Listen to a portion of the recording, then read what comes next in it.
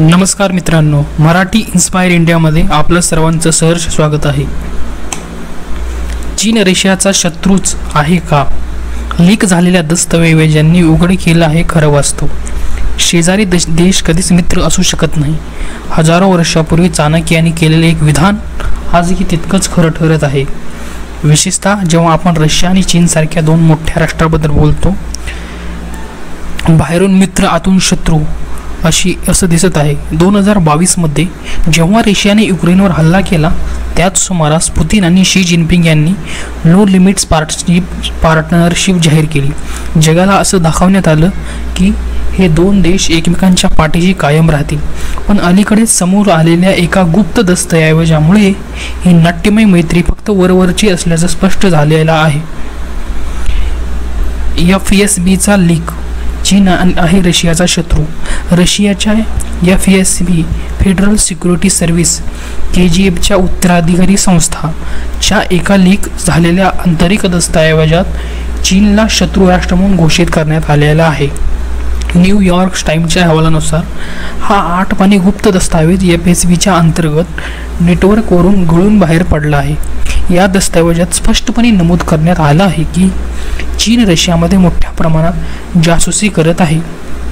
चीनी विद्यार्थी आणि संशोधक मिनिस्ट्री ऑफ स्टेट सिक्युरिटीसाठी हेरगिरी करत आहेत. हुवेई आणि इतर चीनी कंपन्या ड्युअल यूज म्हणजे नागरी आणि हेरगिरीसाठी वापरल्या जात आहेत. चीनी सायबर हॅकिंगचे प्रयत्न नाटो किंवा अमेरिकेच्या पातळीवर आहेत. मैत्रीच्या आड दडलेली भीती.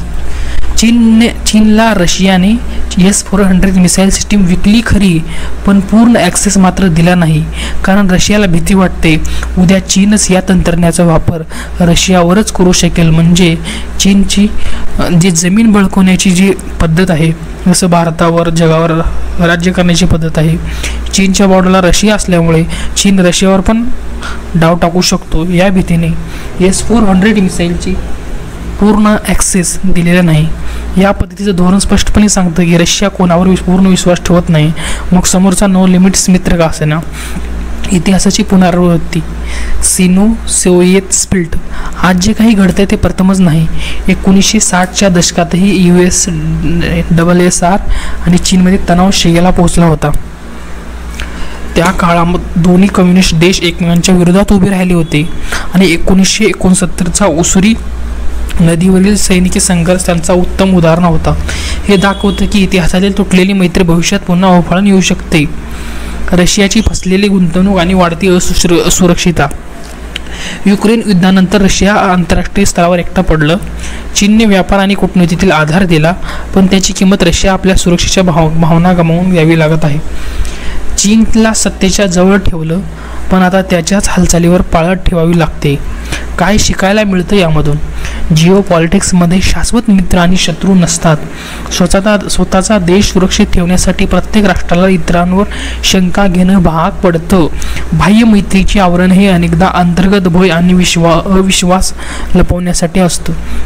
उपसंहार. नो लिमिट्स मैत्री की नो ट्रस्ट धोरण. आज पुतीन आणि जिनपिंग दोघेही एकमेकांच्या पाठी थोपटाना दिसतात.